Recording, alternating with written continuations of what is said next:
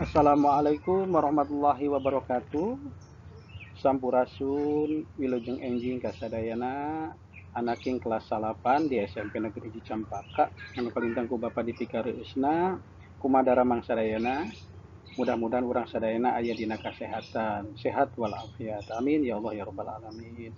Alhamdulillah dinten ayeuna urang tiasa tepang deui dina hanca diajar basa Sunda. Ya, kurang neraskeun hanca diajar minggu kamari ngeunaan naskah biantara. Upami minggu kamari urang diajar ngeunaan bubuka biantara, ayeuna urang nincak kana bagian eusi biantara. Nanging sateuacanna mangga urang sami-sami ngadua heula ku ngaoskeun basmalah sasarengan. Bismillahirrahmanirrahim.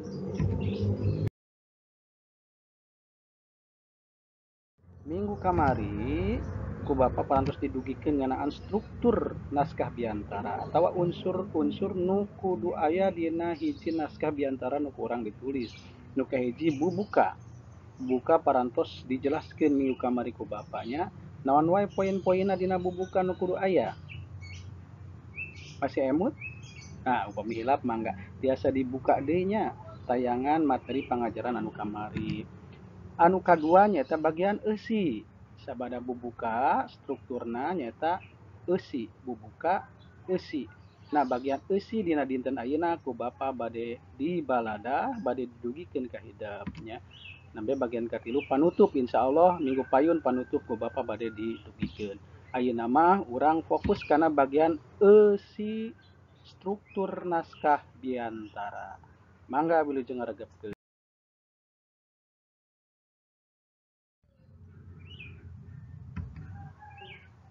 Anaking dina bagian 2 atau napi bagian eusi atau bagian materi naon nu kudu kurang ditepikeun dina naskah biantara nya ku Bapa bade dicandak contoh bae misalkeun hidup jadi ketua panitia pagelaran di sekolah ya. Misalkeun hidup rek pagelaran, hidup salaku ketua panitiana. Tah hidup teh pidato ka hareup naon wae nu kudu diucapkeun. Tah eusina contoh eusi bagian materi biantara ayeuna ku Bapa dianalogikeun hidup salaku ketua panitia anu arek biantara. Naon wae eusina nu kudu kurang ditepikeun lamun urang jadi ketua panitia. Saleresna mah sami bae janten ketua panitia pagelaran, panitia 17 Agustusan, panitia Rajaban, Muludan sareng sajabina nya. Inti-inti nama anu bade ku Bapa didugikeun eta mangrupikeun poin-poin pokokna. Naon bae atuh pokok-pokok pikiran nu kudu ditepikeun lamun urang rek mere laporan atawa pidato laporan atawa sambutan jadi ketua panitia. Nu kahiji hidup kudu ngajelaskeun kagiatanana. Naon kagiatanna, saha nu kalibet tina eta kagiatan, di mana eta kagiatan dilaksanakeun, iraha ieu kagiatan dilumangsungkeun, kunaon nya sebabna make kudu aya eta acara jeung kumaha prak-prakana eta kagiatan dilumangsungkeun. Eta bagian kahiji kudu dijelaskeun. Misalkeun hidup tadi teh salaku ketua panitia pagelaran. Jadi kegiatanna naon kegiatanna nyata pagelaran. Saha nu pagelarannya hidup jeung kelas hidup. Nah, misalkan hidup kelas 8A nya carioskeun hidup 8A bade pagelaran. Di mana upami tempatna di sakolanya disarioskeun di sakola nya di panggung atau napi di lapang di mana. Iraha tah di dieu sing jelas ku urang dilaporkeun iraha kagiatanana dinten naon kaping sabaraha tampil bagian ke sabaraha ya. Terus kunaon make kudu aya acara eta pagelaran naon sababna aya acara pagelaran. Misalkeun alasanana kusabab mangrupakeun ujian praktek pangajaran basa Sunda disebatkeun ku hidupnya sebatkeun kunaon sababna kudu ngalaksanakeun eta acara kegiatan. Puan kitu deui kumaha perak-perakanana pagelaran teh timimiti nepi ka akhir naon wae nu dilaksanakeun. Eta poin-poin nu aya dina paragraf kahiji nyata ngajelaskeun kegiatan. Anu kadua kudu dijelaskeun tujuan eta kegiatan teh naon. Lamun pagelaran naon tujuan pagelaran. Lamun hidup di lingkungan masyarakat ayakeun resepsi atanapi kagiatan 17 Agustus hidup salaku ketua panitia jelaskeun eta kagiatan nu dilaksanakeun di lembur hidup teh tujuanana naon nya. Tujuan kagiatan misalkeun hidup pagelaran tujuanna teh nyata keur menangkeun peunkeun praktek mata pengajaran bahasa Sunda nya sebatkeun ku hidup yang tujuan eta kagiatan teh pikeun menangkeun peunkeun praktek pengajaran bahasa Sunda. Eta pokok pikiran kedua dina bagian eusi naskah biantara. Anu katilu nyaeta nganuhunkeun ka pihak-pihak anu ngarojong kagiatan. Sakur-sakur pihak anu ngabantu kana eta kagiatan nya ku urang wajib nya dinuhunkeun disebat sabab kasempetan ketua panitia nganuhunkeun ka pihak-pihak anu ngarujung kagiatan didinya pisan nya tempatna.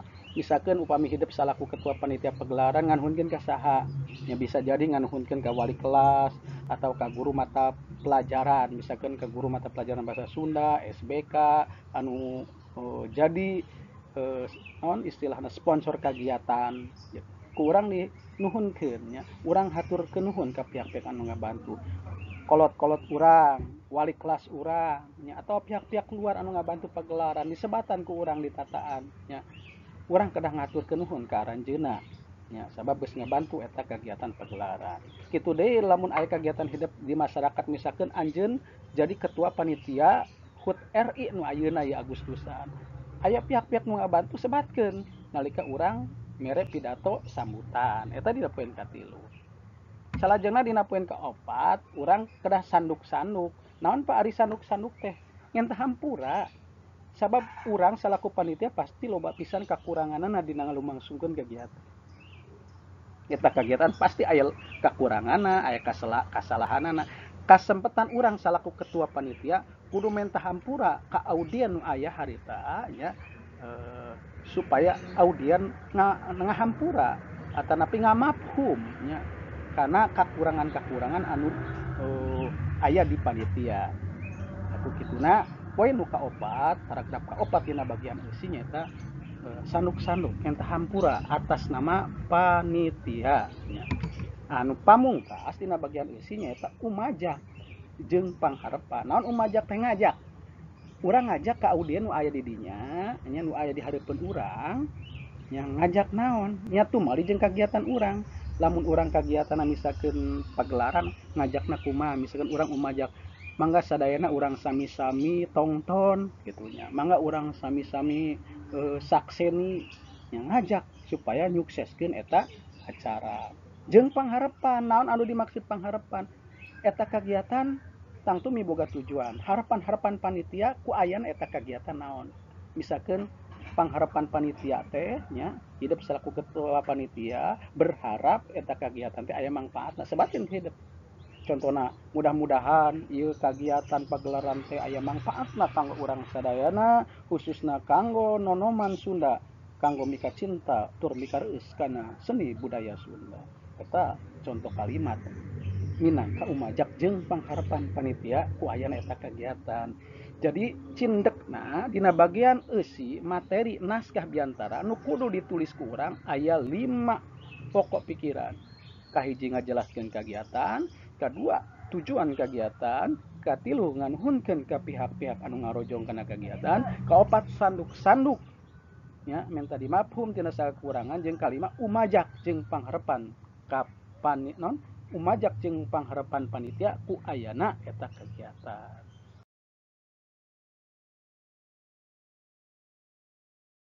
Assalamualaikum warahmatullahi wabarakatuh. Sampurasun.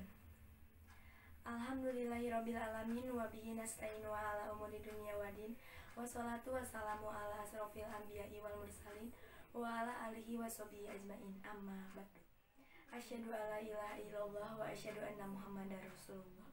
Allahumma sholli ala sayidina Muhammad wa ala ali sayidina Muhammad.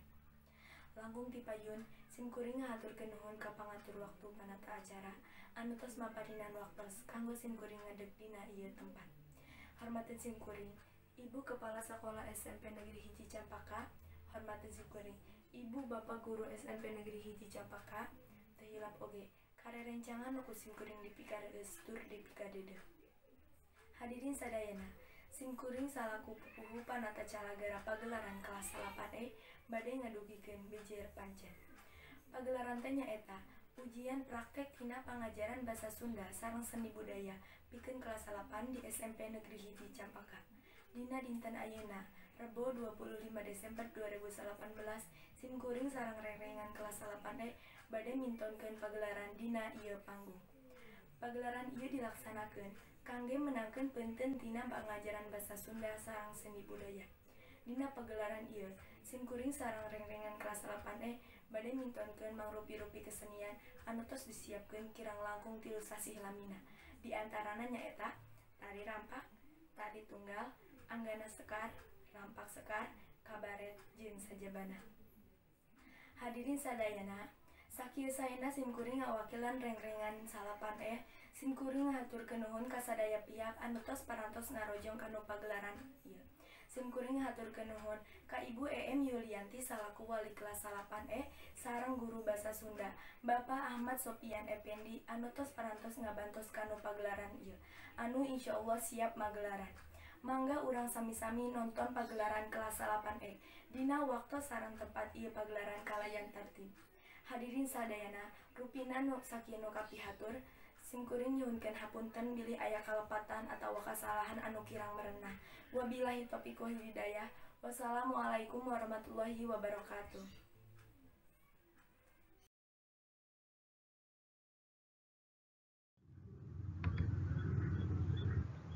Anaki salajengna urang nincak kana pancen sabadara hidup ngadangukeun kejelasan ti Bapa, nonton videona, mangga ayeuna Bapa bade masihan pancen kanggo ngukur keberhasilan diajar hidup nya. Nu kahiji Bapa ke bade nyebarkeun soal dina Google Formulir ku hidup di eusian nya. Eusian luyu jeung naon anu ku Bapa pantos didugikeun tangtosna ngeunaan eusi biantara.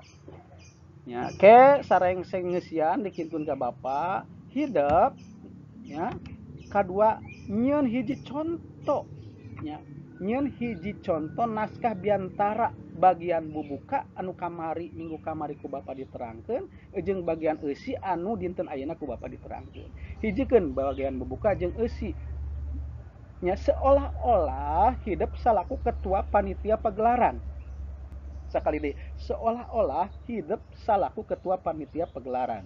Jadi eusina teh laporan atanapi sambutan ketua panitia. Jieun ku hidup naskahna bagian bubuka jeung bagian eusi ditulis dina buku biasa, dina buku catatan atanapi dina buku tugas, upami tos rengse dipotokeun kintun ka Bapa nya ka nomor WA Bapa secara japri eta foto tugasna. Paling telat hidup minggu payun tos dugi eta tugas ka Bapa dijaprikeun nya kaping 18 Agustus. Kaping 18 Agustus dinten Rebo paling telat dugi ka Bapa. Nah eta pancen nu kedah ku hidup dilaksanakeun dina pangajaran biantara bagian bubuka jeung eusi insyaallah nya kanggo minggu pangajaran eusi biantara, eusi naskah biantara dina dinten ayeuna. Bapa ngaturkeun nuhun kana perhatosanana, mudah-mudahan sing manfaatnya kawruh anu ku Bapa didugikeun nya. Salajengna Bapa miharep hidup tiasa ngalaksanakeun eta tugas-tugas kalayan tepat waktu. Serang tong lali di eusi daftar hadir anu ku Bapa disebagian dina Google Formulir. Hatur nuhun kana peratosanana insyaallah minggu payun urang tepang dina materi salajengna masih perkawis naskah biantara bagian panutup ya. Mudah-mudahan minggu payun urang tos nutaskeun perkawis naskah biantara. Hatur nuhun kana peratosanana sakali deui billahi taufik wal hidayah. Wassalamualaikum warahmatullahi wabarakatuh.